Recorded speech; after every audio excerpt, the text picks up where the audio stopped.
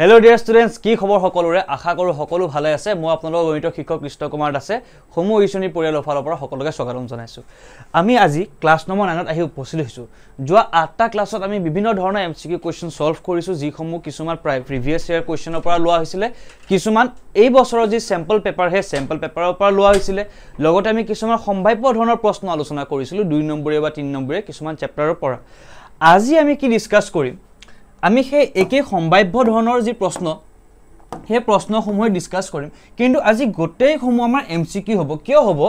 আমি আজি ত্ৰিভুজ স্থানাঙ্ক জ্যামিতি আৰু ত্ৰিকোণমিতিৰ যি পৰিচয় এই মূল তিনিটা চেপ্টাৰৰ পৰা আহা যিখিনি স্যাম্পল পেপাৰ এবাৰ কোৱেশ্চন আহিছে এমসিকিউ খিনি হেখিনি আজি ডিসকাস কৰিম যাতে এই তিনিটা চেপ্টাৰৰ লগত জড়িত যি কোনো ধৰণৰ প্ৰশ্ন পৰীক্ষাত আহিলে আপোনালোকৰ দ্বাৰা অতি সহজে সেই কোৱেশ্চনটো সলভ কৰিব পাৰে লগতে যি যেনেকুৱা ধৰণৰ ডাউটে আছিল এই সমূহ চেপ্টাৰত যাতে সবৰে সেই ডাউটসমূহ ক্লিয়াৰ হৈ যায় আৰু এটা ওৱান শট ৰিভিজন টাইপ আমি এটা ক্লাছ লৈ যাম যাতে যি কোনো ধৰণৰ প্ৰশ্ন আহিলে আপোনালোকৰ বাবে সুবিধা হয়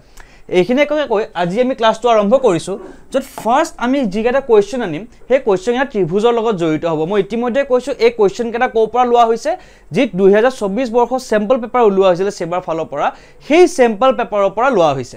গতিকে ফাৰ্স্ট আমাৰ যেটো কনসেপ্ট হয় হেতু ত্ৰিভুজৰ হেতু হল সদৃশতাৰ এটা সদৃশ মানে কি সদৃশ মানে হৈ গল সিমিলাৰ মানে একে এতিয়া দুটা আকৃতি একে হনে নহয় আমি দেখি জানো কব পাৰো হয় এটা পাৰ্টৰ লগে পাৰো যে দেখিবলৈ একে কিন্তু কিছুমান ক্ষুদ্ৰ বস্তু হইতে আমাৰ চকু নপৰিব পাৰে যেনে ধৰণৰ হল কোণ এটা দুটা কোণ একে হনে নহয় আমি কোণৰ মাপটো দিলে আমি গম পাম গতিকে যি কোনো দুটা সমসংখ্যক বহুভুজৰ সদৃশতাৰ কিছুমান শৰ্ত আছে হে শৰ্তবোৰ কেনে ধৰণৰ হেবিলাক আমি এতিয়া পঢ়িবলৈ গৈ আছো যিহেতু ইয়াতে বহুভুজ বুলি কোৱা হৈছে কোনো ভয় নাখাব ত্ৰিভুজটো এটা বহুভুজে হয় বহুভুজ অৰ্থাৎ দুটাতকৈ বেছি বাহু অৰ্থাৎ বহুত কেটা বাহু যোগ এটা আকৃতি সৃষ্টি কৰিছে ত্ৰিভুজ মানে কি তিনটা বাহু আছে অৰ্থাৎ ত্ৰিভুজৰ যি সদৃশতা শৰ্ত সেই সদৃশতা শৰ্তখিনি প্ৰথমতে আমি ডিসকাস কৰিলো তাৰ পিছত ইয়াৰ লগত জড়িত যিখিনি এমসিকিউ আমি ডিসকাস কৰিম শৰ্ত কেটা হল যে দুটা ত্ৰিভুজৰ অনুৰূপ কোণবোৰ কি হ'ব লাগিব সমান হ'ব লাগিব অৰ্থাৎ মই যে দুটা ত্ৰিভুজ লৈছো আৰু এবাৰ কব আৰু এটা কথা কব বিচাৰিছো সদৃশতা আৰু সৰ্বসমতা দুইটা বেলেগ বস্তু সদৃশ মানে হল এটা উদাহৰণ হিচাপে কৈছো আপোনালোকে চাওক এই দুইটা ত্ৰিভুজে দেখিবলৈ একে অৰ্থাৎ আকাৰটো একে কিন্তু তেওঁলোকৰ এই যি দুটা আকৃতি আছে আকৃতি দুটা আকাৰ জানো একে হ'ব জানো এটা ডাঙৰ হয় এটা সৰু হয় অৰ্থাৎ মই যদি এই সৰু ত্ৰিভুজটো এই ত্ৰিভুজটোৰ ওপৰত আনি থৈ দিও দুইটা ত্ৰিভুজ জানো ওভাৰল্যাপ বা মিলি যাব জানো না যায় গতিকে দুইটা সৰ্বসম নহয় কিন্তু অনুৰূপ কোণবোৰ যদি সমান হয় আৰু যদি দুইটা ত্ৰিভুজৰ বাহুবোৰৰ যি অনুপাত হে অনুপাতটো সমান হয় তেতিয়া হলে আমি ক'ব পাৰিম যে দুইটা ত্ৰিভুজ কি হয় সদৃশ হয় সিমিলাৰ হয় সৰ্বসম নহয় মই কৈছো সদৃশতাৰ শৰ্ত হল এইকেটা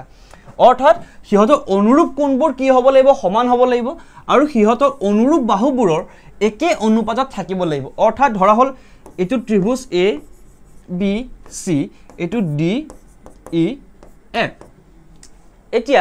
সদৃশতাৰ শৰ্ত অনুসৰি দুইটা ত্ৰিভুজৰ অনুৰূপ কোণবোৰ একে হ'ব লাগিব এটা অনুৰূপ কোণ কেটা হ'ব A আৰু D টো কি হয় অনুৰূপ কোণ সব দুইটাৰে কোণৰ মাপ সমান 65 ডিগ্ৰী B আৰু E কোণ দুটা কি হয় অনুৰূপ কোণ সব পুনৰবাৰ B আৰু E কোণ দুটাৰ মাপ কি সমান কি হয় 60 ডিগ্ৰী ঠিক একেদৰে C আৰু F টো কি হয় অনুৰূপ কোণ দুইটাৰ মাপকেটা সমান অৰ্থাৎ ত্ৰিভুজ দুটা কি হয় সদৃশ হয় লগতে আৰু এটা শৰ্ত হল যে ত্ৰিভুজ দুটাৰ অনুৰূপ বাহুবোৰৰ যি অনুপাত সেই অনুপাত একে হ'ব লাগিব অৰ্থাৎ ইয়াৰ পৰা যদি মই লিখো AB অনুৰূপ বাহু কোণ কেটা হ'ব যিদৰে এই কোণ কেটা অনুৰূপ হয় ঠিক একেদৰে অনুৰূপ বাহু কি হ'ব AB ৰ অনুৰূপ কি হ'ব DE গতিকে AB বাই DE সমান AC by DF is equals to BC by EF অৰ্থাৎ অনুৰূপ বাহুবোৰৰ যি অনুপাত সেই অনুপাতসমূহ একে হ'ব লাগিব সমানুপাত হ'ব লাগিব তেতিয়াহে আমি দুটা ত্ৰিভুজক কি বুলি ক'ব পাৰিম সদৃশ বুলি ক'ব পাৰিম আৰু সদৃশৰ চিনটো কি আছিল সদৃশৰ চিনটো আমি এই দৰে লিখো পুনৰবাৰ কৈছো সৰ্বসমতা নহয় সৰ্বসমতাৰ কথা কোৱা হোৱা নাই ইয়াতে সদৃশতাৰ কথা কোৱা হৈছে সদৃশ মানে সিমিলাৰ দুটা বহুভুজৰ আকৃতি যেতিয়া একে হয় আকৃতি কিটা একে হ'ব যদি কোণসমূহ একে হ'ব লগতে তেওঁলোকৰ যি বাহুৰ অনুপাতটো একে হ'ব তেতিয়া আমি কি বুলি ক'ম সদৃশ যদি আকাৰ আকৃতি সকলোবোৰ একে যদি দুইটা যদি মই বহুভুজ এটা ওপৰত এটা থৈ দিওঁ দুইটা বহুভুজ যদি মিলি যায় তেতিয়া হ'ব এটো কি সৰ্বসম সকলো ফালৰ পৰা সমান কিন্তু সদৃশ হলে তেওঁলোকৰ অনুৰূপ যি কোণ হে অনুৰূপ কোণসমূহ একে হ'ব লাগিব লগতে অনুৰূপ বাহুবোৰৰ যি অনুপাত সেই অনুপাতসমূহ কি হ'ব লাগিব একে হ'ব লাগিব বা সমানুপাতিক হ'ব লাগিব গতিকে এইখিনি আছিল আমাৰ সদৃশতাৰ লগত জড়িত থকা শৰ্ত যি ত্ৰিভুজৰ এবাৰ চেপ্টাৰটোত আছে গতিকে তাৰ লগত জড়িত কেনেকুৱা ধৰণৰ প্ৰশ্ন আহিছে এবাৰ আমি স্যাম্পল পেপাৰত চাই লওঁ প্ৰথম কোৱেশ্চনটো আহিছে যে in the given figure d is parallel to bc the value of x is কোৱা হৈছে যে প্ৰদত্ত চিত্ৰত এটা চিত্ৰ আমাক দিয়া আছে য'ত a b c কি হয় ত্ৰিভুজ হয় ত্ৰিভুজটোত কি কোৱা হৈছে DE is parallel to BC অৰ্থাৎ এই যে ৰেখা DE কাৰ লগত parallel BC লগত অৰ্থাৎ আমাক দিয়া হৈছে DE is parallel to BC এতিয়া আমাক খুদিছে যে BC ৰ মাপ কিমান হ'ব x ৰ মাপ খুদিছে x মানে কি এই BC ৰ মাপ কিমান হ'ব আমাক এই কোৱেশ্চনটো খুদা হৈছে এতিয়া একেবাৰে সহজভাৱে আমি এটো কৰিব পাৰো কিন্তু প্ৰথমতে এবাৰ সকলোৱে সদৃশতা শৰ্তখিনি আমাৰ মনলৈ লৈ আহোঁ সদৃশতা শৰ্ত কি আছিল বাহুবোৰৰ অনুপাত একে হ'ব লাগিব আৰু লগতে অনুৰূপ কোণবোৰ একে হ'ব লাগিব এতিয়া এই কোৱেশ্চনটো আমি কি দৰে কৰিম প্ৰথম কথা ইয়াতে দুটা ত্ৰিভুজ আছে এটা ত্ৰিভুজ কি এই সৰু ত্ৰিভুজ ADE আন এটা ত্ৰিভুজ কি আছে এটা ইয়াৰ ভিতৰতে এই ডাঙৰ ত্ৰিভুজটো যেটো ত্ৰিভুজ কি ABC অৰ্থাৎ ইয়াৰ পৰা আমি কেইটা ত্ৰিভুজ পাওঁ দুটা ত্ৰিভুজ এটা ত্ৰিভুজ কি ABC আৰু এটা ত্ৰিভুজ কি হয় ADE এতিয়া এই দুইটা ত্ৰিভুজ যদি আমি কোনোবা প্ৰকাৰে সদৃশ বুলি দেখাব পাৰো তেতিয়া হয়তো আমি ক'ব পাৰিম যে এই দুইটা ত্ৰিভুজৰ বাহুবোৰৰ যি অনুপাত সেই অনুপাতটো একেই আৰু সেই অনুপাতটো যদি একে বুলি গম পাই যাওঁ আমি অতি সহজে x ৰ ভ্যালুটো উলিয়াব পাৰিম গতিকে প্ৰথমতে আমি গম পাব লাগিব যে এই সৰু ত্ৰিভুজটো আৰু এই ডাঙৰ ত্ৰিভুজটো সদৃশ কি দৰে হ'ব মই আকবাৰ কৈছো আমাৰ প্ৰথম শৰ্তটো বা আমাৰ ইয়াৰ শৰ্তটো কি আছিল যে গোটেইকেইটা অনুৰূপ কোণ একে হ'ব লাগিব অৰ্থাৎ অনুৰূপ কোণসমূহ সমান হ'ব লাগিব এতিয়া ABC ত্ৰিভুজ আৰু ADE ত্ৰিভুজত এই কোণটো যেটো আছে এই কোণ এই কোণটো কি হয় কমন কোণ ADE ত্ৰিভুজটো আছে ABC ত্ৰিভুজটো আছে গতিকে এটো সমানে হ'ব দুইটাৰ ক্ষেত্ৰত পুনৰবাৰ এই যেটো মই এইখিনি মুছি দিছো যাতে কনফিউজন নহয় কাৰো পুনৰবাৰ যি এই ADE কোণ আছে হে কোণটো কাৰ সমান হ'ব ABC কোণৰ সমান হ'ব কিয় সমান হ'ব কি কোণ হয় কৰেসপন্ডেন্স কোণ তেওঁলোক এটা চাওক আমাৰ কোৱেশ্চনত কোৱা আছে DE is parallel to BC অৰ্থাৎ এই যিডাল ৰেখা হয় এই ৰেখাডাল BC ৰ প্যাৰেলেল হয় এতিয়া DE আৰু BC যদি সমান্তৰাল আৰু আমি যদি এই AB ৰেখাডালক যদি ছেদক হিচাপে ধৰো এই যি দুটা কোণ উৎপন্ন হ'ব সেই কোণ দুটা কি কোণ হ'ব অনুৰূপ কোণ হ'ব আৰু আমি জানো যে দুডাল সমান্তৰাল ৰেখাক যদি এডাল ছেদকে ছেদ কৰে তেতিয়া হলে সৃষ্টি হোৱা অনুৰূপ কোণসমূহৰ মান কি হ'ব সমান হ'ব গতিকে ইয়াৰ পৰা আমি কি লিখিব পাৰো angle D is equals to angle E ঠিক আছে একেদৰে এই কোণটোও সমান হ'ব গতিকে এই যে সৰু ত্ৰিভুজটো আছে আৰু ডাঙৰ ত্ৰিভুজটো আছে আমি কি পালো সদৃশ পালো কিয় সকলোবোৰ অনুৰূপ কোণ কি হয় সমান হয় গতিকে ABC কিহৰ লগত সদৃশ পালো আমি ত্ৰিভুজ ADE ওকে কিয় পালো কাৰণ তেওঁলোকৰ অনুৰূপ কোণবোৰ সমান হয় আৰু আমি শৰ্টত পাইছিলো যে অনুৰূপ কোণবোৰ সমান হলে ত্ৰিভুজ দুটা কি হয় সদৃশ হয় এটা সদৃশ পোৱাৰ পিছত আমি ক'ব পাৰিম যে ত্ৰিভুজ দুটাৰ যি বাহুবোৰৰ অনুপাত সেই অনুপাতবিলাক কি হয় সমান হয় সেই কনসেপ্টটোকে আমি এটা লৈ আহিম আমি যদি বাহুবোৰৰ অনুপাত লিখো কি হিচাপে লিখিব পাৰো আমি AB divided by AD is equals to BC divided by DE একেবাৰে সহজ হৈ গল এতিয়া কেৱল আমি এটা মান বহুৱাব লাগে ইয়াতে আৰু এটা টুইষ্ট আছে যে আমাক কোৱেশ্চনটোত AD ৰ মান দিয়া আছে আমাক AB ৰ মান দিয়া হোৱা নাই কিন্তু AD কিমান 2 cm DB কিমান 3 cm গতিকে এই গোটেই বাহুটোৰ দৈৰ্ঘ্য কিমান হ'ব 2 + 3 5 cm গতিকে AB কিমান হ'ব 5 cm AD কিমান আছে AD দিয়া আছে 2 সেন্টিমিটাৰ আমাক কি লাগে BC কিমান দিয়া হৈছে কোৱেশ্চনটোত x আমাক উলিয়াব দিছে x ৰ ভ্যালু DE কিমান আমাক দিয়া আছে 4 সেন্টিমিটাৰ ইয়াৰ পৰা আমি তে কেৱল কি কৰিব লাগে সৰল কৰিব লাগে আমি যদি x ৰ মান উলিয়াও আমি কিমান পাম 5 * 4 / 2 এখিনি সৰল কৰিলে আমি কি পাম 5 ৰ লগত 4 পূৰণ কৰিলে 20 20 2 ৰে ডিভাইড কৰিলে 10 অৰ্থাৎ x ৰ মান আমি কিমান পালো 10 এটাকে আমাৰ आंसर কি হ'ব x = 10 সেন্টিমিটাৰ একেবাৰে সহজ আমি কি কৰিছো আমি কেৱল এটা বাহুৰ যি অনুপাত সেই বাহুৰ অনুপাতসমূহ একে বুলি দেখুৱাব পাৰিছো কিয় দেখুৱাব পাৰিছো আমাক কোৱা হৈছে যে D is parallel to BC আৰু AB টো কি সেট গতিকে অনুৰূপ কোণবোৰ সমান হৈ যাব কোণটো ত্ৰিভুজৰ ADE আৰু ABC ত্ৰিভুজৰ অনুৰূপ কোণবোৰ সমান হোৱাৰ ফলত আমি কি ক'ব পাৰো দুটা ত্ৰিভুজ কি হয় সদৃশ হ'ব সদৃশ হোৱাৰ বাবে তেওঁ সেই ত্ৰিভুজ দুটাৰ কি হ'ব বাহুবোৰৰ অনুপাত একে হ'ব বাহুবোৰৰ অনুপাত একে হোৱাৰ ফলত আমি কি কৈছো মানসমূহ বহুৱাই x ৰ ভ্যালু 10 পাইছো একেবাৰে সহজ নেক্সট কোৱেশ্চনলৈ আমি আগবাঢ়িছো In triangle ABC and DEF, AB divided by DE is equals to BC divided by FD. Which of the following makes the two triangle similar?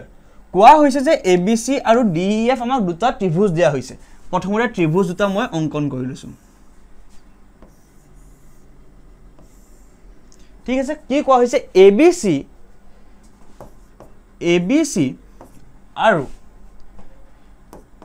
DEF এই ত্ৰিভুজটা কি বুলি কোৱা হৈছে ইয়াৰে AB আমাক কি কোৱা হৈছে AB divided by DE is equals to BC by FD গতিকে তলৰ কোনটো শৰ্তই ইয়াতে আমাক চাৰিটা শৰ্ত দিয়া হৈছে এই চাৰিটা শৰ্তৰ কোনটো শৰ্তই এই দুইটা ত্ৰিভুজক সদৃশ কৰিব আমাক কোৱা হৈছে চাৰিটা এই দুটা ত্ৰিভুজক কোনটো শৰ্তই সদৃশ কৰিব এতিয়া আমাক কোৱা হৈছে যে দুটা বাহুৰ অনুপাত আমাক দি থোৱা আছে AB by DE is equals to BC by FD আমি জানো যে তেওঁলোকৰ অনুৰূপ কোণবোৰ সমান হ'ব লাগিব আমি জানো যে দুটা ত্ৰিভুজৰ অনুৰূপ কোণবোৰ সমান হলে কি হ'ব দুটা ত্ৰিভুজ সদৃশ হ'ব আমাক দুটা বাহুৰ কথাটো কৈ থোৱা আছে যে প্ৰপৰ্শনাল হয় আমি এটো উলাব লাগিব যে একেটা অপচনৰ ভিতৰত কোন দুটা কোণৰ যি সমান দি থোৱা আছে সেই কোণ দুটা কি হয় সকলোৱে কক অনুৰূপ কোণ হয় সদৃশ হ'বলে কি কোণ সমান হ'ব লাগিব অনুৰূপ কোণ সমান হ'ব লাগিব গতিকে এই চাৰিটা অপচনৰ কোনটো কাৰেক্ট হয় হেতু চাবলৈ যোৱাৰ আগত আমি চাব লাগিব যে কোন কেটা কোণ অনুৰূপ কোণ হয় তাৰ বাবে আমি কি কৰিব লাগিব অতি সহজ আমি ত্ৰিভুজৰ যি নামাকৰণ আছে সেই নামাকৰণটো ভালদৰে কৰিলে কোৱেশ্চনটো আমাৰ হাতত উলাই পৰিব AB by DE অৰ্থাৎ AB by DE ওকে হেই দুটা লাইন আমাৰ প্ৰপৰ্শনালত আছে কিন্তু পুনৰ BC by FD বুলি কৈছে BC by আকৌ এবাৰ FD ইফালে গুছি গল গটিকে আমাৰ সেকেন্ড যেটো ত্ৰিভুজ আছে অকমান হেতু নামাকৰণ কৰলে ভুল হৈছে সেই ত্ৰিভুজটো যে নামাকৰণটো আমি আমাৰ কোৱেশ্চনত দিয়া হিচাপে মিলাই লব পাৰো আমাৰ অনুৰূপ কোন কেটা হয় আমাৰ উলাই যাব হেতু কৰিবল একেবাৰে সহজ আমি প্ৰথম যেটো কোৱেশ্চন দিয়ে প্ৰথম যেটো শৰ্ত দিয়া আছে AB by DE আমি সেই বাহু দুটা অনুৰূপ ভাবে মিলাই লম AB by DE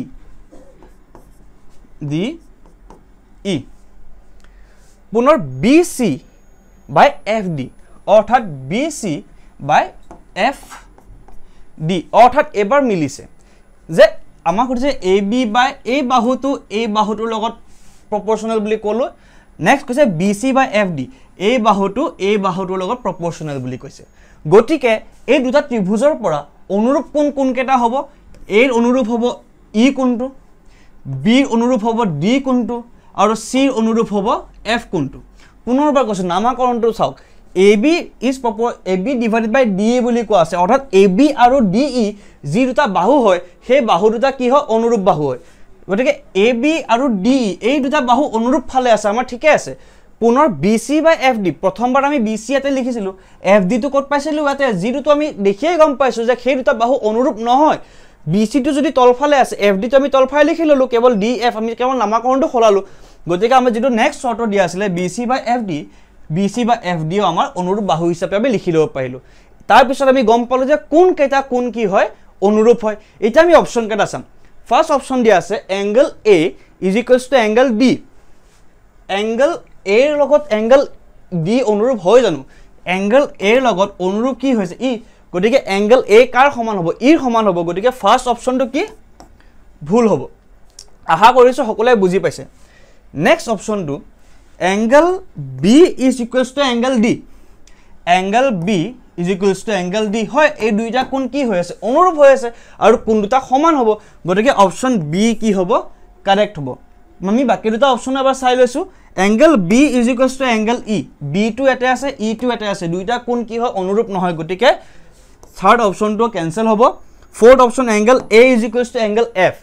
angle A is equals to angle F বুলি কৈছে কিন্তু angle A is equals to কিমান হলে হয় E A equal to E বুলি কলে আমি শুদ্ধ বুলি কলো হেতেন কিন্তু এটা গোটে কেটা চাৰিটা অপচনৰ ভিতৰত আমাক কেৱল এটা অপচন কাৰেক্ট কে দিয়া আছে যেটো B লগত D to equal বুলি কোৱা হৈছে গতিকে option B is the correct answer ইয়াৰ ঠিক আছে একেবাৰে সহজ প্ৰশ্ন কেৱল এবাৰ মই উলুটাকে খুদা হৈছে নেক্সট কোৱেশ্চন আমি আগবাঢ়িছো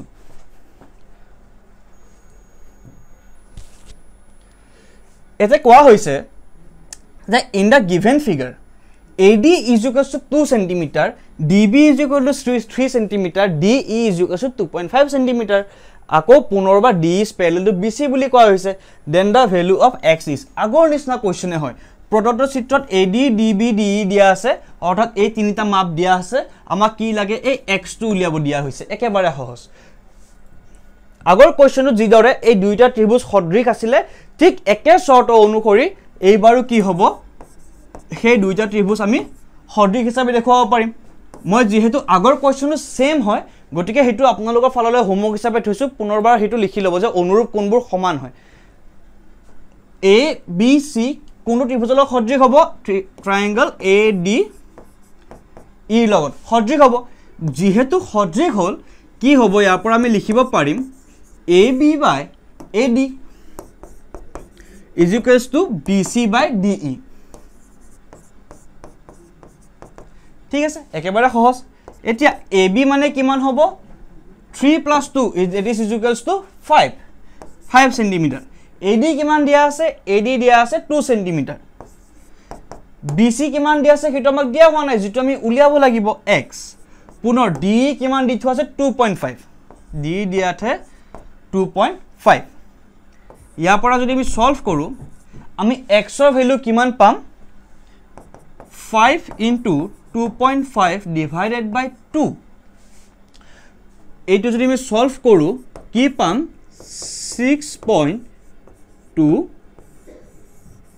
6.25 একেবাৰে সহজ গটিকে কোনটো অপচন কাৰেক্ট হ'ব 3.75 6.25 না 7.5 answer is C is the correct answer it is 6.25 cm ঠিক আছে আমি একেবাৰে সহজ আমি কেৱল কি মনত ৰাখিব লাগিব যে দুটা ত্ৰিভুজ যদি সদৃশ হয় সদৃশ হলে তেহে ত্ৰিভুজ দুটাৰ অনুৰূপ বাহুৰ অনুপাত কেটা একে হ'ব লাগিব অৰ্থাৎ সমানুপাতত থাকিব লাগিব আৰু অনুৰূপ কোণবোৰৰ মান সমান হ'ব লাগিব সেই দুটা শৰ্ত মনত ৰাখিলে গদে ত্ৰিভুজৰ এই এনেকুৱা ধৰণৰ এমসিকিউ যিমানে আহক যেনেকুৱা ধৰণে আহক আপোনালোকে পাৰিব কেৱল কি লাগিব অকমান আৰু প্ৰেক্টিস আৰু অভ্যাসৰ প্ৰয়োজন হ'ব নেক্সট কোৱেশ্চন দিয়া আছে পুনৰবাৰ ত্ৰিভুজ চেপ্টাৰৰে in a given figure ABC is a triangle in which AD is 1.6 cm অৰ্থাৎ কোৱা হৈছে AD কিমান 1.6 cm BD 4.8 cm BD কিমান 4.8 BD 4.8 এটা স্যাম্পল পেপাৰত তো 48 cm বুলি আছে কিন্তু বিভিন্ন ধৰণৰ আলোচনা কৰাৰ পিছত এটো 4.8 cm হ'ব বুলি কোৱা হৈছিল তথাপি আমি 4.8 cm ধৰিছো কিন্তু একচুয়ালি মানৰ লগত কথা নাই যদি কনসেপ্টটো জানে মানটো পৰীক্ষাত হলনি কৰি দিবও পাৰে গতিকে মানৰ লগত একো কথা নাই যদি আমি কনসেপ্টটো জানো কোৱেশ্চনটো আমি শুদ্ধকে কৰি আহিব পাৰিম গতিকে DB কি হয় 4.8 cm AE দিয়া আছে 1.1 ABC 1.1 and EC is আমাক কৈছে EC কিমান 2.2 এটা খুদিছে যদি এই কেটা ভ্যালু আমাক দিয়া হৈছে এটা চিত্ৰত তেতিয়া হলে তলৰ কোনটো অপচন কাৰেক্ট হ'ব আমাক কি কৈছে ত্ৰিভুজটোৰ AD ৰ মান দিয়া আছে AD কিমান 1.6 DB কিমান 4.8 AE কিমান 1.1 আৰু EC 2.2 এইখিনি ভ্যালু দি থোৱাৰ পিছত খুদিছে যে কোনটো অপচন কাৰেক্ট হ'ব এতিয়া অপচন কেটা বা চাই লওঁ কি দিয়া আছে আমাক কোটে কেটাতে খুদিছে প্যাৰালেল বা হাফ হয় না নহয় খুদিছে অৰ্থাৎ আমি গম পাইছো যে আমাক খুদিব বিচাৰি আছে যে DE আৰু BC যিডাল ৰেখা হয় সেই ৰেখা দুডালৰ মাজত সম্পৰ্কটো কি হ'ব তেওঁলোক প্যাৰালেল হ'ব নে DE টু BC ৰ আধা হ'ব নে DE BC ৰ সমান হ'ব নে প্যাৰালেল নহয় প্ৰথম কথা আমি যদি ভালদৰে মন দি চাওঁ AD আৰু DB জানো সমান হয় নহয় গতিকে আমিটো কোনো পৰ্যায় ক'ব নোৱাৰো যে DE BC ৰ হাফ হয় গতিকে অপচন বি টু ইনকাৰেক্ট ভুল হৈ গ'ল পুনৰ DE BC বুলি কৈছে DE BC যেন লাগিছে নেকি বাৰু নিশ্চয় কে DE টু কি হ'ব সৰু হ'ব গতিকে অপচন নম্বৰ 3 টো কি হ'ব কেনসেল হ'ব এতিয়া আমাক প্যাৰালেল হয় নে নহয় সেইটো কথা খুদা হৈছে এতিয়া যদি ভালদৰে মন দি শুনিব অকমান এটা কনসেপচুৱেল এটা টপিক আছে যদি DE ৰেখাডাল BC প্যাৰালেল হ'ব লাগে আগৰবাৰ উলুটাটো মই কি কৈছিলো যে দুডাল ৰেখা যদি সমান্তৰাল হয় এডাল যদি ছেডক থাকে ছেডকে সৃষ্টি কৰা অনুৰূপ কোণবোৰৰ মান কি হ'ব লাগিব সমান হ'ব লাগিব ঠিক একেদৰে এই কোণটো আৰু এই কোণটো কি হ'ব লাগিব সমান হ'ব লাগিব সমান হলে কি হ'ব এই দুডাল ৰেখা কি হ'ব সমান্তৰাল হ'ব কিন্তু এই কোণটো আৰু এই কোণটো সমান কেতিয়া হ'ব যেতিয়া ADE আৰু ABC ত্ৰিভুজটো সদৃশ হ'ব আপোনালোকে ধৰিব পাৰিছে নে যে যদি ADE আৰু ABC ত্ৰিভুজ দুটা সদৃশ হয় তেতিয়াহে এই অনুৰূপ কোণ দুটা একে হ'ব আৰু যদি অনুৰূপ কোণ দুটা একে হয় তেতিয়াহে DE is parallel to BC আৰু ছেডক কি হ'ব AB গতিকে যদি হে ত্ৰিভুজ দুটা সদৃশ হয় তেওঁলোকৰ যি দুডাল বাহু DBC টু প্যাৰালেল বুলি আমি ক'ব পাৰিম যদি নহয় আমি প্যাৰালেল নহয় বুলি ক'ম গতিকে আমি চাই লওঁ আমাক কি দিয়া আছে AD দিয়া আছে ঠিক আছে আৰু আমাক AD দিয়া হৈছে BD দিয়া হৈছে BD কিমান BD 4.8 AE কিমান 1.1 আৰু EC কিমান 2.2 এতিয়া আমি কি চাম ইয়াৰ যেটো অনুপাত হে অনুপাত দুটা চাম AB বা আপোনালোকে AD বাই AB চাব পাৰে বা আপুনি লোকে AD বাই AB একে কথা মুঠতে অনুপাতটো সমান হ'ব লাগিব মই ললো প্ৰথমতে AB বাই AD AB ৰ ভ্যালু কিমান হ'ব 1.6 ৰ লগত 4 আমি যোগ কৰিব লাগিব যেহেতু আমাক BD বুলি কোৱা হৈছে এটা AB বুলি কোৱা হোৱা নাই ইয়াতো AD কোৱা হৈছে এটা BD বুলি কোৱা হৈছে গতিকে AD ৰ ভ্যালুটো দিয়া আছে কি 1.6 গতিকে 1.6 দিয়া ফল ইয়াতে এটো এই ভ্যালুটো কিমান হ'ব 1.6 plus 4.8 4.8 ৰ লগত 1.6 আমি কি কৰিম যোগ কৰাৰ ফলত কি পাম আমি 6.4 অৰ্থাৎ আমি কি পাব লাগিব এই যেটো অনুপাত এই অনুপাতটো কাৰ সমান পাব লাগিব ইয়াৰ সমান পাব লাগিব পুনৰ এফালে আমি কি পাম AC বাই AE AC কিমান হ'ব 1.1 plus 2.2 1.1 plus 2.2 কৰিলে আমি কিমান পাম 3.3 আৰু EC ৰ ভ্যালু কিমান দি থোৱা আছে আমাক 2.2 এতিয়া দুইটাকে যদি আমি 1.1 ৰে হৰণ কৰো বা আমি যদি 11 ৰে হৰণ কৰো আমি এটো কিমান পাম 0.3 বাই 0.2 ঠিক আছে পুনৰবাৰ এতিয়া আমি ইয়াতে কি অনুপাত পাইছিলো 6.4 divided by 1.6 1.6 আৰু 6.4 ৰ যদি আমি অনুপাত লওঁ কোনো পৰ্যায় 0.2 আৰু 0.3 নাপাওঁ 1.6 আৰু 6.4 এফালে আমি কিমান পালো 0.3 আৰু 0.2 গতিকে তেওঁলোকৰ কি অনুপাতটো একে হোৱা নাই যদি আপোনালোকে ইয়াৰ অনুপাতটো উলাব খোজে আমি কি কৰিম 4 ৰে প্ৰথমতে হৰণ কৰি লওঁ 4 ৰে হৰণ কৰিলে আমি কিমান পাম 1 64 যদি 4 ৰে আমি হৰণ কৰো কিমান পাম সকলে কক 1 ৰে হৰণ 6.4 আছে আমি 4 ৰে হৰণ কৰিম এক ঘৰ আগত দশমিক আছে গতিকে আমি কি কৰিম যেটো ফল পাম তাৰে এক ঘৰ আগত দশমিকটো বহুৱাম গতিকে 64 ক প্ৰথমতে আমি 4 ৰে হৰণ কৰি লওঁ 4 ৰে হৰণ কৰিলে এক গুণ আহিব 6 2 কলিব অৰ্থাৎ 6 অৰ্থাৎ 1.6 আৰু ইয়াক যদি আমি 4 ৰে হৰণ কৰো কিমান পাম 0.4 পুনৰবাৰ আমি যদি 4 ৰে হৰণ কৰো আমি কিমান পাম 0.4 ইয়াতে আমি অনুপাতটো কিমান পালো 0.4:1 আৰু ইয়াতে কি পালো 0.3 আৰু 0.2 গতিকে এই যেটো অনুপাত কেটা কি হয় একে নহয় আমি এটো বস্তু গম পালো যে যেটো AD আছে AD বা মই এটা AB অনুপাতটো প্ৰথমতে লিখিছো গতিকে মই AB বুলি লিখি লৈছো AB by AD পাইছো হে AB by AD car equal নহয় AC by EC AC by EC by CE অৰ্থাৎ দুইটা ত্ৰিভুজ কি হয় সদৃশ নহয় মানে কি এই কোণ দুটাও কি হয় সমান নহয় মানে কি দুইডাল ৰেখা কি সমান্তৰাল নহলে আমাৰ কোনটো অপচন কাৰেক্ট হ'ব option number D that is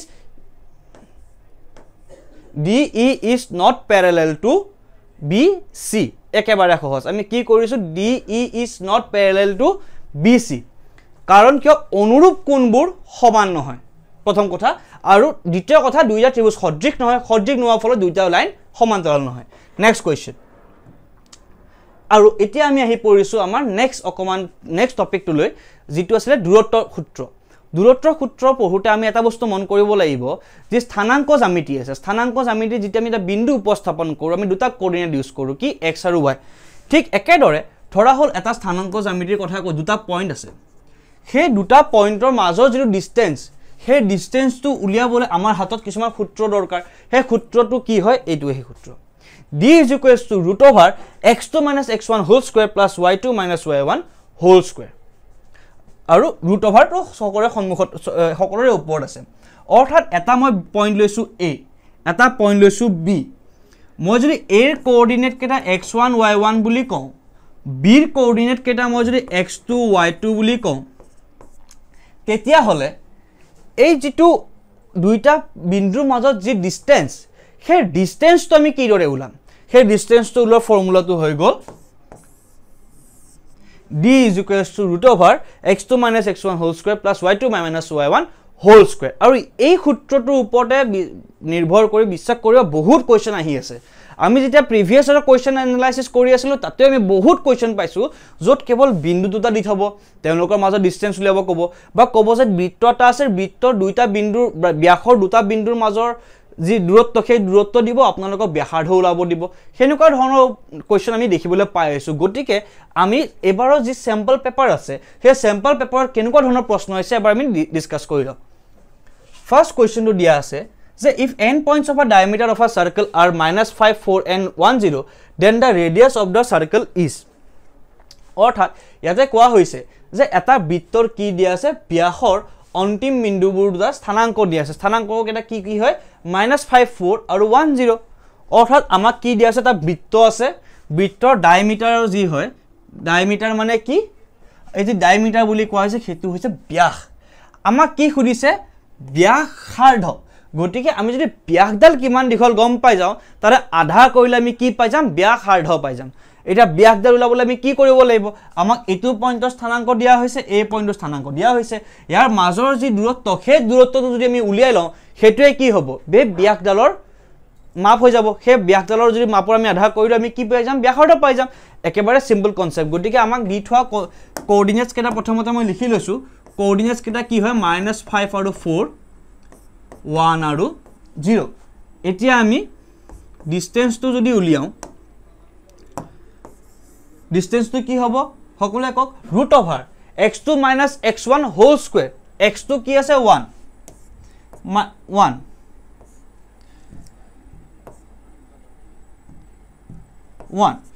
minus x1 এতিয়া 5 ৰ লগত মাইনাস হৈ আছে গটিকে মাইনাস এটো কি হ'ব 5 প্লাস গটিকে 1 plus 5 whole square plus y2 minus y1 whole square y2 কি আছে 0 y1 কি আছে 4 গটিকে 0 minus 4 whole square এটা এটুক যদি মই সলভ কৰো আমি কি পাম root over 1 plus 5 কি 6 ৰ স্কয়াৰ 6 বৰ্গ কি হয় 36 plus 0 minus 4 কিমান হয় -4 ৰ স্কয়াৰ অৰ্থাৎ -4 ৰ বৰ্গ কি হ'ব 16 অৰ্থাৎ 16 আৰু ইয়াৰ ভ্যালু আমি কিমান পাম root over 36 ৰ লগত 16 প্লাস কৰিলে আমি কিমান পাম 52 পাম 6 6 গুণ 12 ইকুৱেল হ'ব 1 1 3 4 1 5 এতিয়া এই root over 52 টো আমি কি বুলি লিখিব পাৰো 2 root 13 কিদৰে লিখিব পাৰো এবাৰ দেখাই দিছো আমি 52 ৰ কিহেৰে প্ৰথমতে হৰণ কৰিম 2 ৰে হৰণ কৰিম 2 ৰে হৰণ কৰিলে আমি কি পাম 2 ৰে 5 ক আমি হৰণ কৰিম 2 2 4 ওকলিব 1 অৰ্থাৎ আমি আমাৰ হাতত থাকিব কিমান 26 আকৌ 2 ৰে হৰণ কৰিলে আমাৰ হাতত থাকিব 13 অৰ্থাৎ 2 পূৰণ 13 কৰিলে আমি কিমান পাম 52 পাওঁ 2 টো যেহেতু দুবাৰ আছে 2 টো বৰ্গৰ বাহিৰত আহি যাব আৰু 13 টো যেহেতু এবাৰ আছে 13 টো বৰ্গৰ চিহ্নৰ ভিতৰত থাকি যাব অৰ্থাৎ 2√13 টো হ'ব আমাৰ কি দূৰত্ব কি দূৰত্ব ডায়ামিটাৰৰ যেটো ডিসটেন্স সেইটো ডিসটেন্স এতিয়া আমাক লাগে কি আমাক লাগে ৰেডিয়াস ৰেডিয়াস মানে কি ৰেডিয়াস মানে ডায়ামিটাৰৰ আধা হয় অৰ্থাৎ আমাক লাগে ৰেডিয়াস মানে কি ডায়ামিটাৰৰ আধা আধা কইলে আমি কিমান পাম 2√13 divided by 2 that is √13 একেবাৰে সহজ এটো কি আছিল এটো আমাৰ ডায়ামিটাৰ মানে কি চাও সকলে মন দিব এই যেটা স্থানাঙ্ক দিয়া আছিল এই স্থানাঙ্ক দুটা কি যি বিন্দু দুটাৰ মাজত এই সব অন্তিম বিন্দু দুটা দি থোৱা আছে অন্তিম বিন্দু দুটা এটো এডাল যদি ব্যাসৰ কথা কোৱা হৈছে এই ব্যাসৰ অন্তিম বিন্দু দুটাৰ যি স্থানাঙ্ক সেই স্থানাঙ্কটো দি থোৱা আছিল দূৰত্বৰ সূত্ৰ ইউজ কৰি আমি এই স্থানাঙ্ক দুটাৰ মাজৰ ডিসটেন্সটো উলিয়ালো যেটো কি হয় ডায়ামিটাৰ বা ব্যাস হয় আমাৰ কোৱেশ্চনত খুদিছে ব্যাসাৰ্ধ গতে সেই ব্যাসডল আমি আধা লৈছো আধা ললে আমি কি পাই যাম ইয়াৰে যদি আমি আধা কৰি দিও আমি কি পাই যাম ইয়াৰে ব্যাসাৰ্ধটো পাই যাম একেবাৰে সহজ প্ৰশ্ন ব্যাসাৰ্ধ কি হ'ব √13 গতিকে কাৰেক্ট অপচন কোনটো হ'ব অপচন বি দ্যাট ইজ √13 আহা আৰু সকলো বুজি পাইছে একেবাৰে সহজ প্ৰশ্ন আমি নেক্সট কোৱেশ্চনলৈ আগবাঢ়িছো the distance between the points P and Q দুটা পইণ্ট দি থোৱা আছে -11/3, 5 Q টো কিমান -2/3, 5 মাজৰ দূৰত্ব উলিয়াব দিয়া হৈছে পুনৰবাৰ এই যেটো formula d √x2 - x1 whole square plus y2 - y1 whole square সেই সূত্ৰটোৱে ব্যৱহাৰ কৰি পুনৰবাৰ আমাৰ প্ৰশ্ন আহিছে কি দিছে এবাৰ আমাক দুটা পইণ্ট দি থোৱা আছে পইণ্ট P পইণ্টটো কিমান -11/3, 5 আৰু Q পইণ্টটো কিমান দি থোৱা আছে -2/3, 5 কৈছে যে এই দুটা বিন্দু ধৰা হল ইটো P টু Q আমাক কৈছে মাজৰ ডিসটেন্সটো উলিয়াবলৈ আমি কি কৰিম একেবাৰে সহজ ভাবে ডিসটেন্সৰ যেটো ফৰ্মুলা দূৰত্ব যেটো সূত্ৰ সেই সূত্ৰটো ব্যৱহাৰ কৰিম সূত্ৰটোৰ মতে কি আছিল x2 - x1 whole square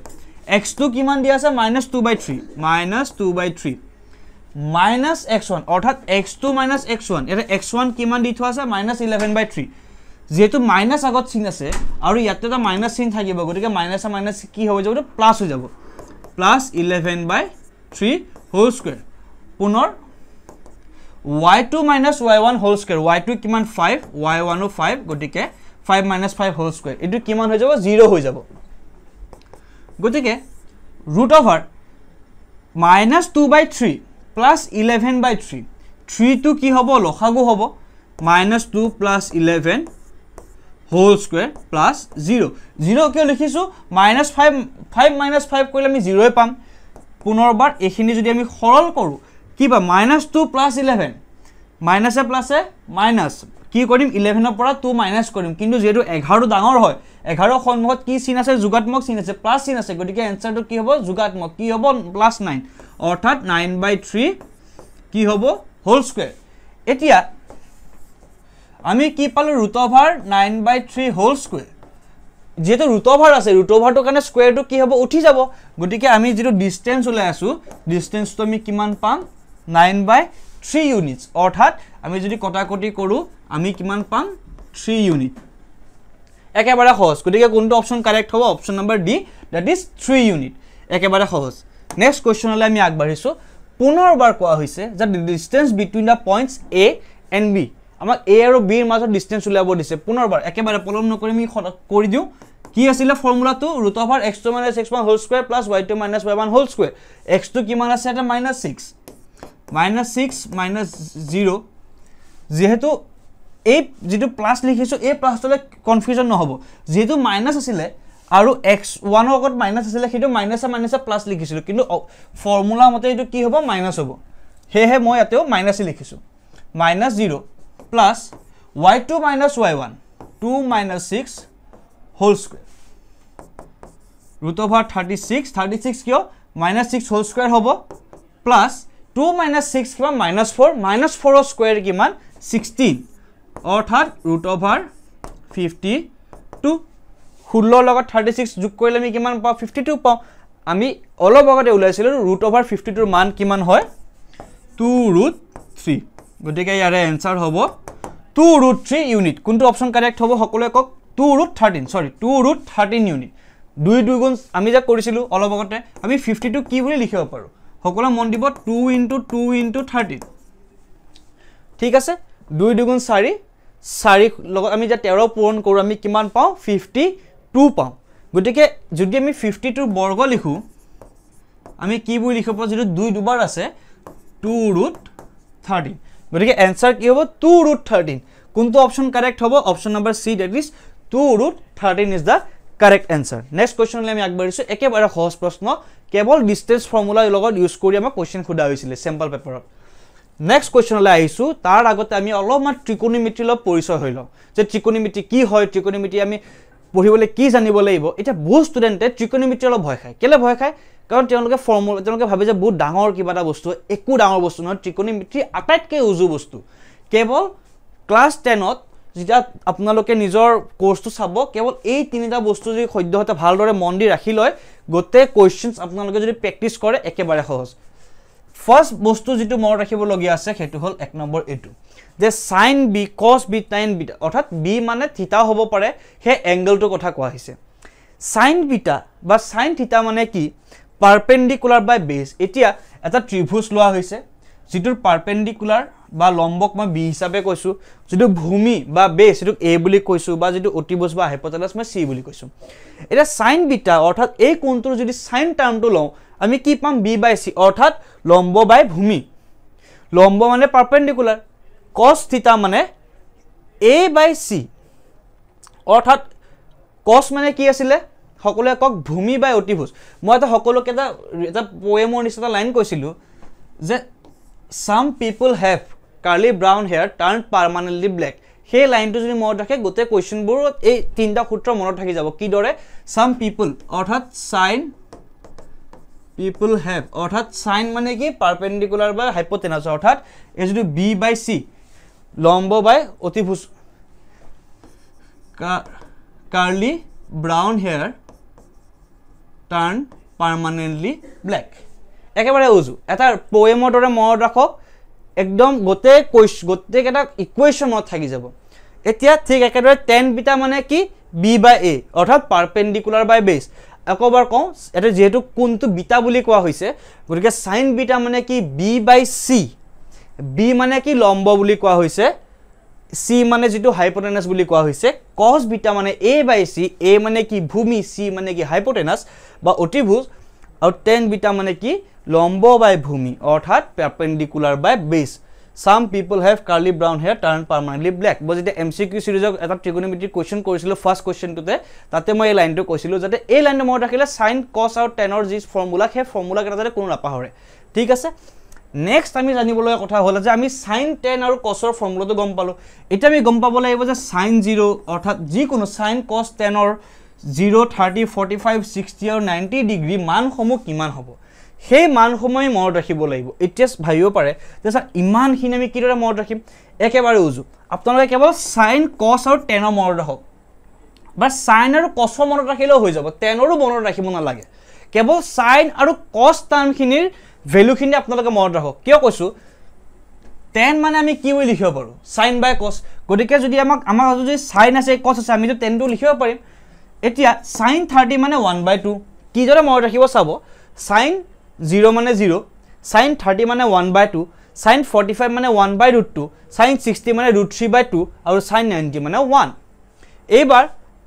এই যেটো সিকোয়েন্স আছিল হে সিকোয়েন্সটো উলুটাই দিয়ক cos থিতা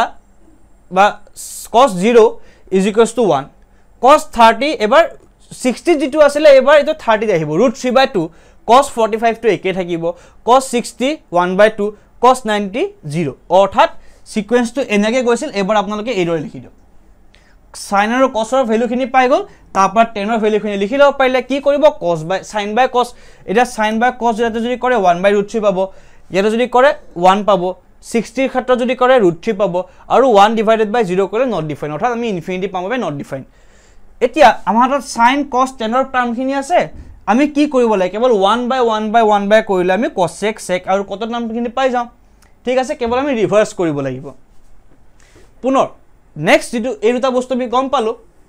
আন এটা বস্তু মই ৰাখিব লগা কথা পুনৰবাৰ এটা কথা কৈ দিও যে cosec sec আৰু cot কিদৰে পাম আকৌ মই বুজাই দিছো sin θ ক যদি আপোনালোকে ৰিভাৰ্স কৰে কি পাব cosec θ অৰ্থাৎ sin 30 মানে 1/2 1 divided by 1/2 কৰিলে আমি কিমান পাম 2 পাম অৰ্থাৎ আমি টাৰ্মখিনি ৰিভাৰ্স কৰিছো আপোনালোকে cosৰ ক্ষেত্ৰটো চাব পাৰে √3/2 এটা 2/√3 1/√2 √2 √3/1/2 2 ঠিক একেদৰে আমি কি কৰিম ৰিভাৰ্স কৰি গৈ থাকিম থাৰ্ড বস্তুটো যেটো মই ৰাখিব লগা আছে হেতু সকলোতকৈ ইম্পৰ্টেন্ট যাতে যিসমূহ কোৱেশ্চন আহে হেখিনি কোৱেশ্চন সলভ কৰিবলৈ এই আইডেন্টিটিজ কেটা অৰ্থাৎ এই প্ৰপাৰ্টি কেটা বা এই ইকুৱেশ্চন কেটা মনত ৰাখিব ফাৰ্স্ট ইকুৱেশ্চন আমাৰ কি আছে যে sin square θ plus cos square θ 1 এটো কি আমাৰ ফাৰ্স্ট ইকুৱেশ্চন এটো আপোনালোকে মনত ৰাখিব লাগিব সেকেন্ড ইকুৱেশ্চনটো দিয়া আছে আমাৰ tan স্কয়াৰ θ প্লাস 1 কিমান sec স্কয়াৰ θ তাৰ পিছৰ ইকুৱেশ্চনটো cos square θ plus 1 cosec square θ একেবাৰে সহজ কেৱল তিনটা ইকুৱেশ্চন মনত ৰাখক গতে কোৱেশ্চন আপোনালোকৰ বাবে উজু হৈ পৰিব ইকুৱেশ্চন কেটা কি আছিল sin square θ plus cos square θ 1 tan square θ plus 1 sec square θ 1 plus cos square θ cosec square θ এই তিনটা ইকুৱেশ্চন মনত ৰাখিলে সকলোখিনি প্ৰশ্ন একেবাৰে উজু হৈ পৰিব নেক্সট কোৱেশ্চনলৈ আমি যে পৰৱৰ্তী যি প্ৰশ্নসমূহ আছে সেই প্ৰশ্নসমূহলৈ আইছো ফাৰ্স্ট কোৱেশ্চনটো দিয়া আছে যে sec θ minus tan θ 1/3 অৰ্থাৎ sec θ আৰু minus tan θ আমাক ভ্যালু দি থোৱা আছে কৈছে যে sec θ plus tan θ ৰ ভ্যালু কিমান হ'ব কোৱেশ্চনটো দেখাৰ লগে লগে এটা ষ্টুডেন্টে ভাবিব যে বহুত টান প্ৰশ্ন কিন্তু একেবাৰে উজু প্ৰশ্ন কেৱল কি লাগে কনসেপ্টটো লাগে ইয়াতে আমাক কেৱল দুটা বস্তু লাগে কি লাগে সূত্ৰ দুটা সূত্ৰ লাগে এটা আমাৰ tan ৰ সূত্ৰ আন এটা সূত্ৰ কি হয়তো মই কোডে দেখাই গৈ আছো আমাক কোৱা আছে যে sec θ minus tan θ 1/3 আমাক কি লাগে sec θ plus tan θ এতিয়া এই যেটো ইকুৱেশ্চন আছে যেটো সেকেন্ড ইকুৱেশ্চন আমি আগৰ ইকুৱেশ্চনত সেকেন্ডত লিখিছিলো সেই ইকুৱেশ্চনটোকে মাতে লৈছো যে tan square θ plus 1 sec square θ অৰ্থাৎ এই ইকুৱেশ্চনটোক মই tan square θ plus 1 sec square θ আছে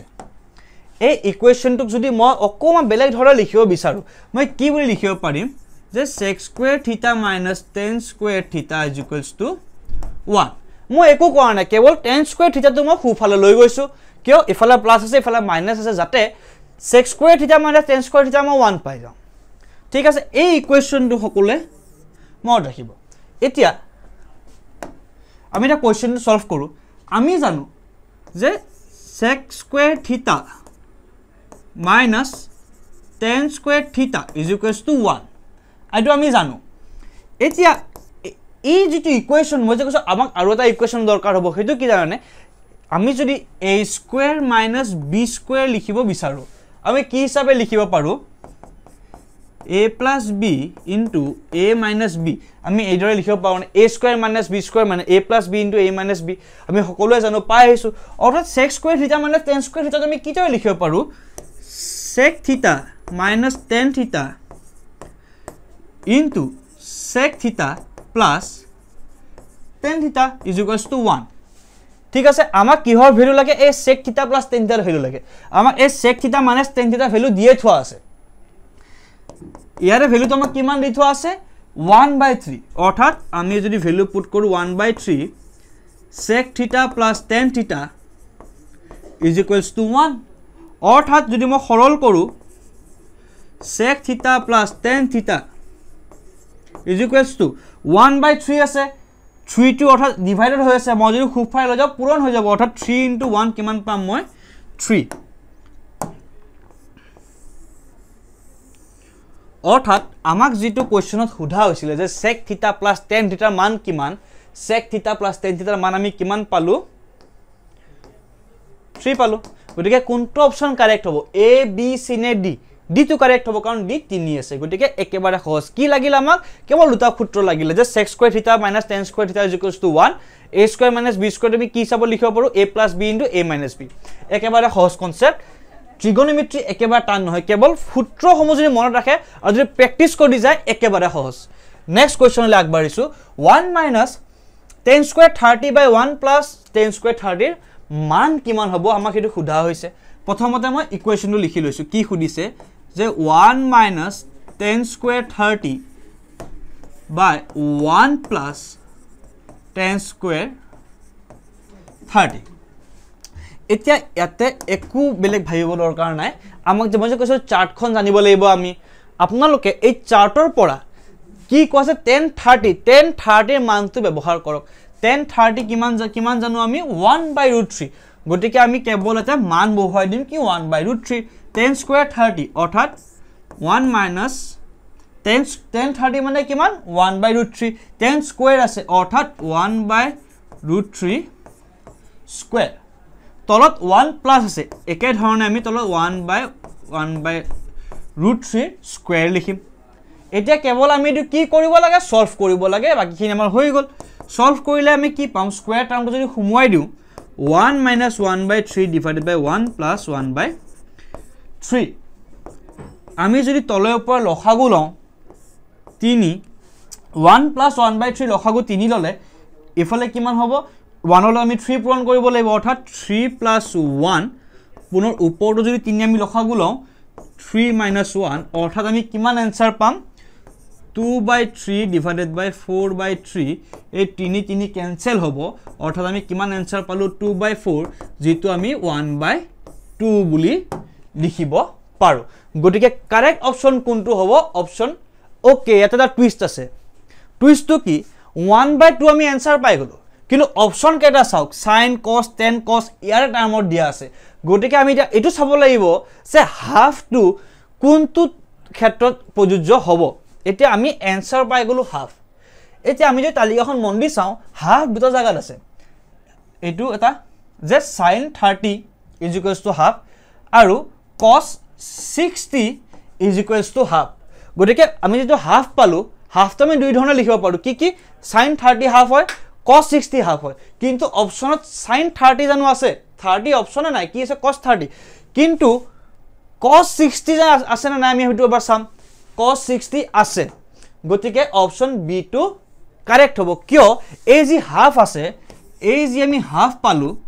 হাফ তো আমি কি বুলি লিখিব পাৰো cos 60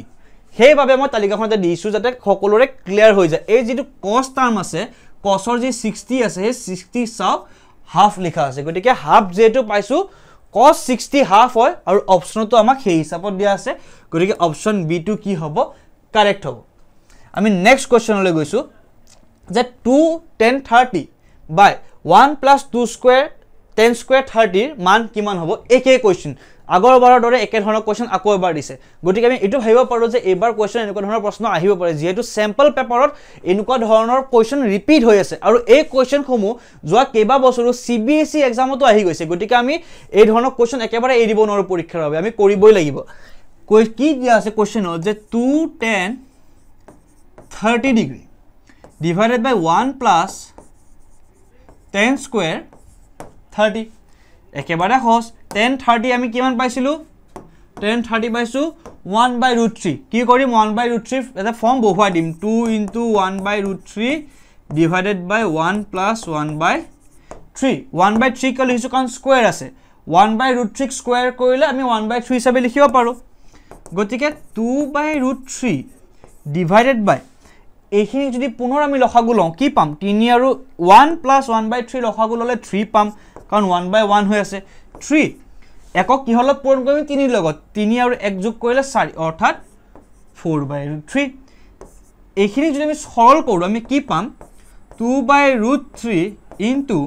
3/4 এইখিনি পুনৰ আমি সৰল কৰিলে আমি পাম 2 ৰে দুবাৰ কাটা খাব এটো √3 অৰ্থাৎ आंसर কিমান √3/2 কিন্তু পুনৰবাৰ অপচন চাও এই হিচাপত নাই মানে আমি পুনৰবাৰ সেই মানটো কোনটো ক্ষেত্ৰত প্ৰযোজ্য হ'ব হেতু আমি ধৰি চলিব লাগিব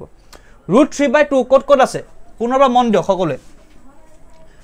√3/2 ইয়াতে আছে আৰু ইয়াতে আছে প্ৰথম এটো চাইছো cos 30 দিয়া আছে নেকি অপচনত cos 30 নাই দিয়া cos 60 দিয়া আছে নহয় tan 60 নহয় এতিয়া সাইনৰ ক্ষেত্ৰত sin 60 √3/2 অৰ্থাৎ আমি √3/2 আমি কি লিখিব পাৰো sin 60 ডিগ্ৰী গতিকে হেতু অপচনটো আছে it is option A is correct sin 60 কিয় আমি কৰি আনসাৰ পালো √3/2 আৰু √3/2 ক আমি কি হিচাপত লিখিব পাৰো sin 60 বুলি লিখিব পাৰো গতিকে option number A is correct যত sin 60 অপচনটো আছে ঠিক আছে স্টুডেন্টস আশা কৰো আপোনালোকে বুজি পাইছে নেক্সট কোৱেশ্চনলৈ গৈছো if tan theta is equals to 5/10 then the value of sin theta plus cos theta divided by sin theta minus cos theta কিমান কোৱা হৈছে যে tan theta ৰ মান আমাক দিয়া আছে tan theta ৰ মান কিমান 5/12 আমাক কি খুদিছে sin theta plus cos theta divided by sin theta minus cos theta কিমান হয় আমাক খুদিছে একেবাৰে উজু বহুতে ভাবিব বহুত দীঘল হ'ব নি একো দীঘল নহয় আমি কি কৰিম অকমান কনসেপ্ট ইউজ কৰিব লাগিব এতিয়া আমাক দিয়া হৈছে কিমান sin theta plus cos theta divided by sin theta minus cos theta সকলে কক যে তুমি কি কৰিম আমি এতে কি কৰিব গৈছো তলে উপৰে প্ৰত্যেকটো টাৰ্মক cosৰে ডিভাইড কৰিম কিয় cosৰে ডিভাইড কৰিম কাৰণ আমাক দিয়া হৈছে tan ৰ টাৰ্ম আৰু tan মানে কিমান আমি জানো tan theta মানে sin theta by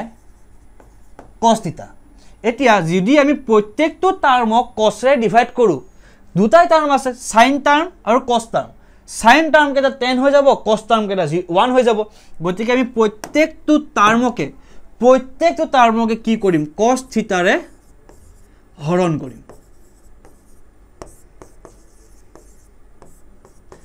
অৰ্থাৎ আমি তলে উপৰে cos theta ৰে হৰণ কৰি দিছো যাতে আমাৰ ইকুৱেশনটো হেৰিদৰে থাকক আমি লব হৰত দুই পালে cos theta ৰে হৰণ কৰিছো প্ৰত্যেকটো টাৰ্মকে হৰণ কৰাৰ ফলত আমি কি পাম sin theta by cos theta টো কি হৈ যাব tan theta plus 1 divided by এটো পুনৰ tan theta হ'ব minus এটো 1 হৈ যাব অৰ্থাৎ tan theta minus 1 এতিয়া কেৱল আমি কি কৰিব লাগে এই ভ্যালুটো পুট কৰিব লাগে tan theta কিমান দিয়া আছে 5/12 অৰ্থাৎ 5/12 plus 1 divided by 5/12 minus 1 এখিনি যদি আমি সলভ কৰো আমি কি পাম 12 টো কি হ'ব লসাগু হ'ব 12 লসাগু লৰে ওপৰত 12 লগ 1 পূৰণ কৰিব লাগিব 12 plus 5 17 পুনৰ ইয়াতে আমি কি কৰিব লাগিব 12 যদি আমি লসাগু লওঁ 5 minus 12 যেটো আমি সৰল কৰিলে 12 ক্যান্সেল হ'ব এই মাইনাস চিনটো সন্মুখত আহি যাব অৰ্থাৎ 17 ডিভাইডেড বাই এটো মাইনাস চিন কো পাৰিলে সকলো ভাবিব পাৰিছে নে যে -5 -12 আছে 5 টো সৰু 5 ৰ আগত কি চিন আছে প্লাস চিন আছে কথা অৰ্থাৎ প্লাস মাইনাস হলে মাইনাস হ'ব 12 ৰ পৰা 5 মাইনাস কৰিলে আমি কিমান পাও 7 পাও কিন্তু যেহেতু ডাঙৰ সংখ্যাটো সন্মুখত মাইনাস চিন আছে গতিকে মাইনাস চিন এটা থাকি যাব যেটো মই সন্মুখত লিখিছো গতিকে ইয়াৰে এনসাৰটো কি হ'ব -17/7 একেবাৰে সহজ প্ৰত্যেকটো টাৰ্মক আমি cos এ ডিভাইড কৰি 10 পালো 10ত আমি 10ৰ যেটো মান দিছে বহুৱাইছো এনসাৰ কিমান পাইছো -17/7 আৰু কোনটো অপচন কাৰেক্ট হ'ব option A is correct it is -17/7 আহা কৰো সকলে বুজি পাইছে -17/7 নেক্সট কোৱেশ্চনলৈ আগবাঢ়িছো if sin theta is equals to a/b দিয়া আছে then sec theta is equals to কিমান হ'ব অৰ্থাৎ আমাক sin theta কোৱা হৈছে a/b আমাক খুদিছে sec theta কিমান হ'ব এতিয়া sec theta উলোৱাৰ আগতে আমি আৰু এটা টাৰ্ম উলাই ল'ব লাগিব হেতু হল cos theta আমি সকলোৱে জানো আইডেন্টিটি পৰা যে sin square theta plus cos square theta is equals to 1 গতিকে আমি cos square theta যদি লাগে আমাক আমি কি লিখিব পাৰো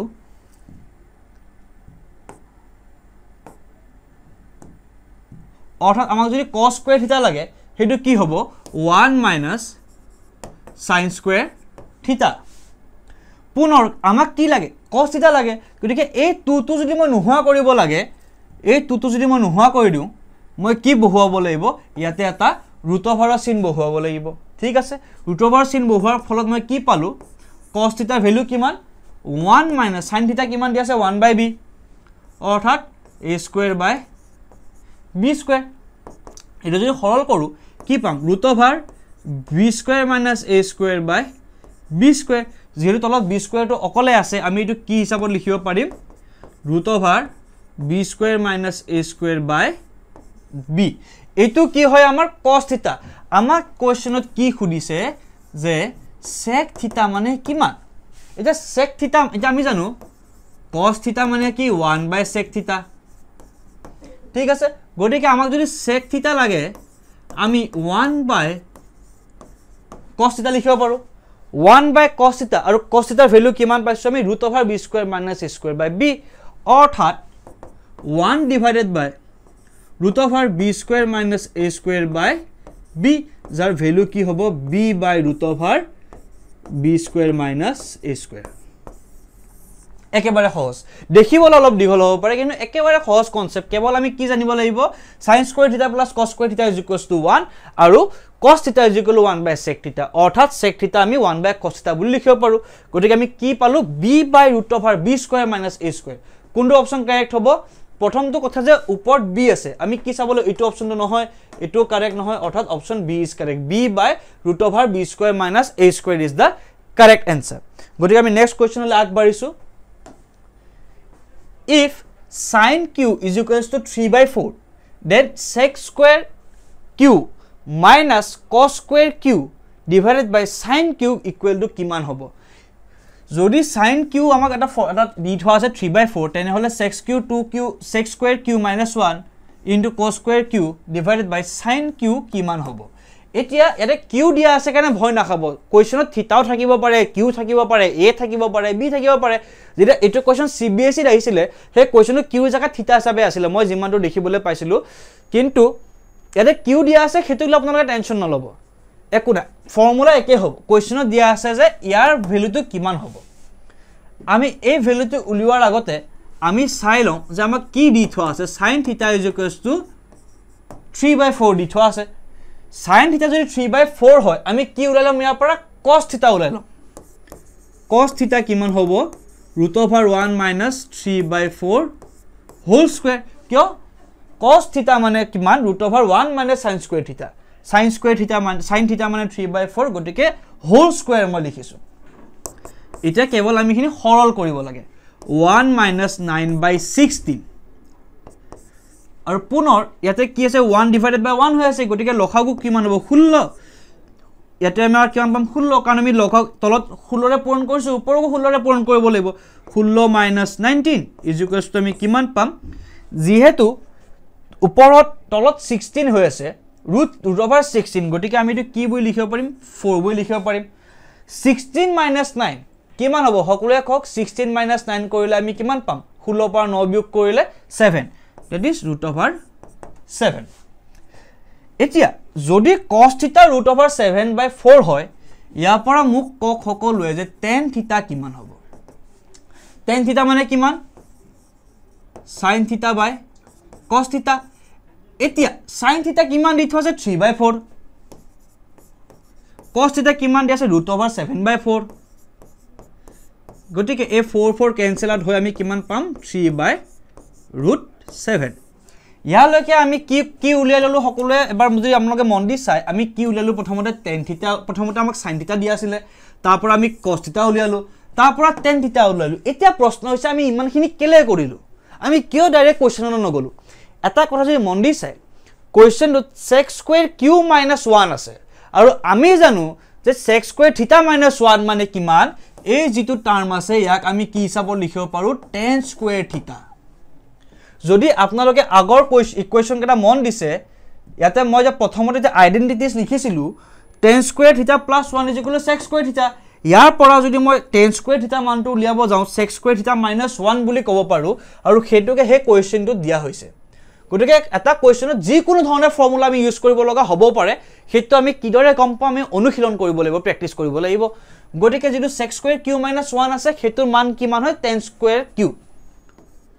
ঠিক আছে হেইভাবে আমি tan ৰ ভ্যালুটো উলিয়াই ললো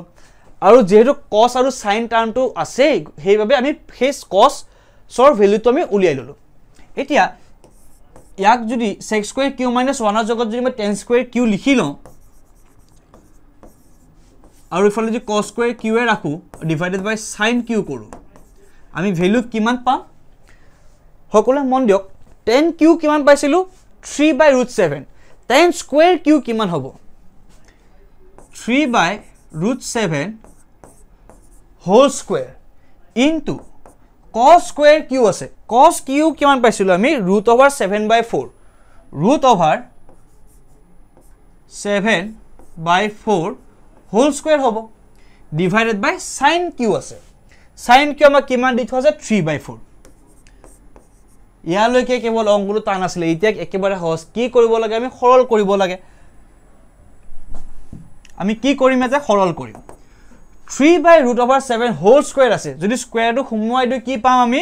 3 স্কোয়াৰ ইজ 9 √7 স্কোয়াৰ ইজ 7 অৰ্থাৎ আমি কিমান পালো 9/7 ইনটু পুনৰ ইয়াতে একে ধৰণৰ √7 ক যদি স্কোয়াৰ কৰো কিমান পাম 7 ডিভাইডেড বাই 4 স্কোয়াৰ কৰিলে কিমান পাম আমি 16 এটা যেহেতু 3/4 তলত আছে আমি কি কৰিম এটো উলুটা ৰিভাৰ্স কৰি দিম যেহেতু আমি এটো লগতো এটো হৰণ কৰিব লাগিব অৰ্থাৎ আমি এটো কি হিচাপত লিখিব পাৰো 4/3 তলত 3/4 আছে আমি এটা পূৰণ হিচাপে লিখিম 3/4 হৈ যাব 1/q যদি p/q আৰিত থাকে যদি q তো আমি পূৰণ হিচাপত লিখিব লাগে p * 1/q হিচাপত আমি লিখো অৰ্থাৎ মই ক'ব বিচাৰ কথাটো হ'ল p/q আছে আমি যদি পূৰণ হিচাপে লিখো আমি কি হিচাপে লিখো 1/q ঠিক আছে হে 1/1 যদি 1/q যদি q বুলি ধৰো 1/3/4 মানে কি 4/3 হিচাপে লিখিব পাৰো হেতুকে মতে লিখিছো পুনৰ আমি যদি তো সলভ কৰো কি পাম এ 7 এ 7 এ কাট খাব 3 এ 3 বাৰ হৰণ যাব আৰু 4 ক 16 ৰে 4 আমি 16 ক 4 বাৰ হৰণ কৰিব পাৰিম অৰ্থাৎ এনসাৰ কি হ'ব 3/4 এনসাৰ কি হ'ব আমাৰ 3/4 গৰে কাৰেক্ট এনসাৰ কোনটো হ'ব b that is 3/4 একেবাৰে উজু আমি কি কৰিব লাগিব কেৱল ইটো গম পাব লাগিব যে আমি কি টাৰ্ম উলাম তাৰ পিছত অংকটো একেবাৰে সহজ নেক্সট কোৱেশ্চন দিয়া আছে say if cos theta is equals to 3/7 then cos theta by 1 minus sin square is equals to অর্থাৎ sin square theta হবো অর্থাৎ আমাক খুদিছে cos theta is equals to 3/7 আমাক দিয়া আছে তেতিয়া হলে cos theta divided by 1 by sin square theta কিমান হবো আমাক এতে খুদা হৈছে আমাক কি দি থোৱা যে cos theta এতিয়া যদি আমি ভালদৰে মন দিও sin square theta আমাক উলিয়াব লগা হ'ব এতিয়া sin square theta নুলিয়াও আমি কিছুমান এক অংকটো দি সহজে কৰিব পাৰিম কি দৰে কৰিব পাৰিম যে cos theta দি আছে 3/7 ওপৰত আছে cos theta divided by 1 minus sin square theta আমি cos theta ৰ পৰা sin theta ভ্যালুটো উলিয়াব পাৰিম নে উলিয়াব পাৰিম উলিয়াইলাৰ ফলত আমি ইয়াতে সেই টাৰ্মৰ ভ্যালুটো লিখিব পাৰিম অথবা মই ক'ব বিচাৰো কথাটো দুই ধৰণে আমি এই অংক কৰিব পাৰো সেই দুই ধৰণটো কি কি যে cosৰ পৰা আমি sin টাৰ্মটো উলিয়াই লব পাৰো sin টাৰ্মটো উলিয়ালে আমি sin স্কয়াৰ টাৰ্মটো উলিয়াব পাৰো sin স্কয়াৰ টাৰ্মটো উলিয়ালে আমি এটা বহুৱাব পাৰো অৰ্থাৎ আমি প্ৰথমতে sin উলিয়াম তাৰপিছত sin স্কয়াৰ উলিয়াম তাৰপিছত sin স্কয়াৰ থিটা মান এতে বহুৱাম cosৰ মান এতে বহুৱাম অতিকে দীঘলীয়া হৈ যাব আমি আন এটা উপায়ৰে কৰিম আন এটা উপায় কি ইয়াতে আমি সূত্ৰ ব্যৱহাৰ কৰিম আমি কি জানো cos স্কয়াৰ থিটা প্লাস sin স্কয়াৰ থিটা 1 অৰ্থাৎ এই যেটো টাৰ্ম আছে cos থিটা ইয়াক আমি কি হিচাপে লিখিব পাৰিম cos স্কয়াৰ থিটা একেবাৰে সহজ কিয় আমি জানো যে sin স্কয়াৰ থিটা প্লাস cos স্কয়াৰ থিটা 1 যেটা মই চাৰ্টখন দেখুৱাইছিলো সকলোকে আপোনালোকে যদি নোটিস কৰিছে প্ৰথমতে সেই সূত্ৰটো আছে যে sin স্কয়াৰ থিটা plus cos square theta is equals to 1 গটিকে মই কৈছো কি এই তিনিটা সূত্র অতিকে দৰকাৰী এই তিনিটা সূত্ৰৰ পৰাই প্ৰশ্নখিনি যদি ভালদৰে মন দি ভালদৰে মনত ৰাখে প্ৰত্যেকটো প্ৰশ্ন আপোনালোকে যদি সহজে কৰিব পাৰে মই দুটা ধৰণ দেখুৱাৰ মোৰ উদ্দেশ্যটো হ'ল যদি মই এটা ফৰ্মুলাটো নাজানিলো হেতেন মই কি কৰিলো হেতেন cos পৰা sin উলিয়ালো হেতেন অৰ্থাৎ সেই sin টো উলিয়াবলৈ তোমাক sin স্কয়াৰৰ ফৰ্মুলাটো লাগিব অৰ্থাৎ হয়তো আমি cos পৰা sin উলিয়াম বা যে কৰো আমাক সেই ফৰ্মুলাটো লাগিবই কিন্তু আমি যদি এতিয়া 1 minus sin square theta যদি cos square theta লিখিব লাগে হেতু আমি কিদৰে গম পাম আমি অনুশীলন কৰিব লাগিব প্ৰেক্টিস কৰিব লাগিব গটিকে আমি যদি এটা cos theta জায়গাত মানটো বহুৱাই দিও কিমান 3/7 নহয় আমি এইদৰে কৰিব পাৰো অতি সহজ আমি আৰু অতি সহজে কৰিব পাৰো ওপৰত cos theta আছে তলত cos square theta আছে আমি ক্যান্সেল কৰিব পাৰিম অৰ্থাৎ 1/cos theta 1/cos theta মানে আমি কি লিখিব পাৰিম 1 divided by cos theta value আমাক কিমান দিছে 3/7 অৰ্থাৎ 1/3/7 এতিয়া মই যে পুনৰবাৰ কৈছিলো 1/p/q হিচাপত আমি যদি লিখো p * 1/q কৰিলে q টো আমি ৰিভাৰ্স হিচাপত লিখো ঠিক একেদৰে এতিয়া 1/q ফৰ্মতে আছে আমি এটো কি কৰিম ৰিভাৰ্স কৰি লিখিম অৰ্থাৎ আমি এটো 7/3 হিচাপত লিখিম Answer কি হ'ব 7/3 গতিকে কোনটো অপচন কাৰেক্ট হ'ব option D C is correct that is 7/3 কি কৰিলো 1 - sin square θ ৰ জায়গাত আমি cos square θ লিখিলো ওপৰত cos θ তলত cos square θ cos আৰু square টো কাট খাব ইটো আমি কিদৰে কৰিছো ধৰা হল a/a² আছে a/a² মানে কি a * a এটা a কাট খাই আমি কিমান পাম 1/a মানে এটো কনসেপ্ট আমি ব্যৱহাৰ কৰিছো ধৰা হল a/a² আছে a² টো a * a হিচাপত লিখিব পাৰো এটা a কাট খাব 1/a থাকিব ঠিক একেদৰে 1/cos θ থাকিব কারেক্ট आंसर কি 7/3 এতিয়া আজি আমি কি কি শিকিলো এবাৰ পুনৰাই ল প্ৰথমতে আমি কি চালো ত্ৰিভুজৰ বিষয়ে ত্ৰিভুজৰ ক্ষেত্ৰত আমি কি চালো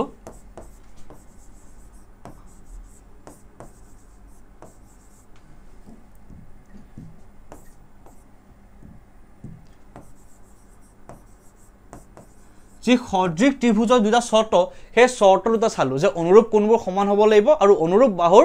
যি ৰেশিও অনুপাত সেই অনুপাত সমূহ একে হ'ব লাগিব তাৰ পিছত আমি কি চালো স্থানাঙ্কৰ ক্ষেত্ৰত আমি চালো দূৰত্ব সূত্ৰ তাৰপিছত আমি দূৰত্ব সূত্ৰৰ লগত জড়িত যি সমূহ প্ৰশ্ন সেই প্ৰশ্নসমূহ আমি আলোচনা কৰিলো স্থানাঙ্ক জ্যামিতিৰ ক্ষেত্ৰত তাৰ পিছত আমি কি পঢ়িলো একেবাৰে এই মাত্ৰ কি পঢ়ি থৈ গলো আমি ত্ৰিকোণমিতি